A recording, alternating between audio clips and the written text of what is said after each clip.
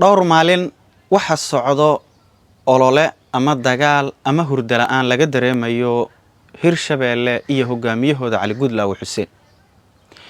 Waxaan rabaa muuqaalkan inaan kugu la wadaago dagaalka iyo qiiradu halka dhabta ah ee uu ka socdo, iyadoo qariirada buuq uu ka bilowday aysan ahayn halka dhabta ah ee la iska dagaalsan yahay. soo dhawaada muuqaalkan waxaan kugu soo gudbin doonaa xaqiiqada dagaalka Cali Guudlaawe ilaa iyo hadda uu ku jiro, xitaa haddii wasiirkii uu raaligelin bixiyay. maalmo ka hor waxaa dhacday munaasabad aad loo soo agaasimay oo ka dhacday dekada Muqdisho, halkaasoo uu ku soo xirtay markabka Curuj Race oo Turkiga uu leeyahay oo Soomaaliya ka bilaabi doono sahmin shida, taasoo ay ka soo qayb galeen wufuud heerkeedu sareeyo oo uu ka mid yahay wasiirka tamarta iyo kheyraadka biyaha ee dalka Turkiga. dhanka Soomaaliyana ay joogeen qaar ka mid ah madaxda maamul goboleedyada iyo madaxweynaha Jamhuuriyadda Federaalka Soomaaliya. Cali Guudlaawe ayaa munaasabadaasi waxa la rumaysan yahay in si aad ah loogu bahdilay oo aan lagu casuumin haba yaraatee munaasabadaasi, isagoo ku sugnaa meel halka munaasabadu ay ka dhacaysay u jirta kaliya 30 kilomitir.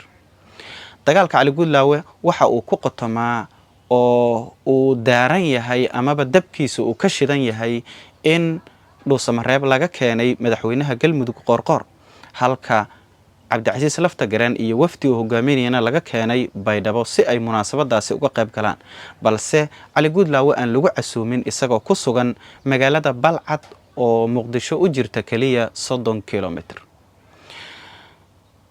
taniyo markii ay soo ifbaxday isticmaalka qariirada, waxaa arintaasi adeegsaday oo dab ku shubay isla markaana ilaa iyo hadda dagaalka wado Cali Guudlaawe oo markii hore meel uu ka baasto ama dagaalka uu ka bilaabo daydayay.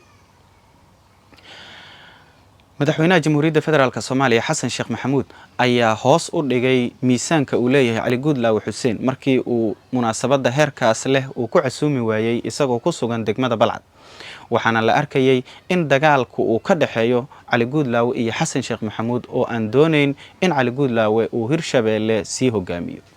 wasiirka batroolka Soomaaliya Cabdirasaaq Cumar ayaa raaligelin ka bixiyay isticmaalka qariirad la sameeyay 2015 oo munaasabada lagu isticmaalay, waxaana uu sheegay qalad farsamo oo ka dhacay shirkadii qaadatay agaasinka munaasabadaasi.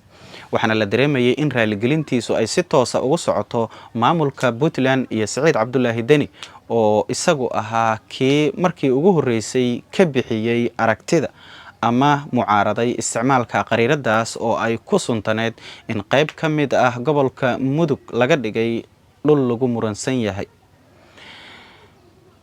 Cabdirasaaq hadalkiisa lagama dareemin in uu wax raaligelin ah siiyay maamulka Hirshabeelle iyo madaxweynahooda ama hogaamiyahooda Cali Guudlaawe Xuseen, waana halka dagaalku ilaa iyo hadda uu ka socdo. Cali Guudlaawe ayaa marba cid waxa uu siinayaa qarash si ay arintaasi uga hadlaan oo ay miisaan ugu yeelaan maamulkiisa.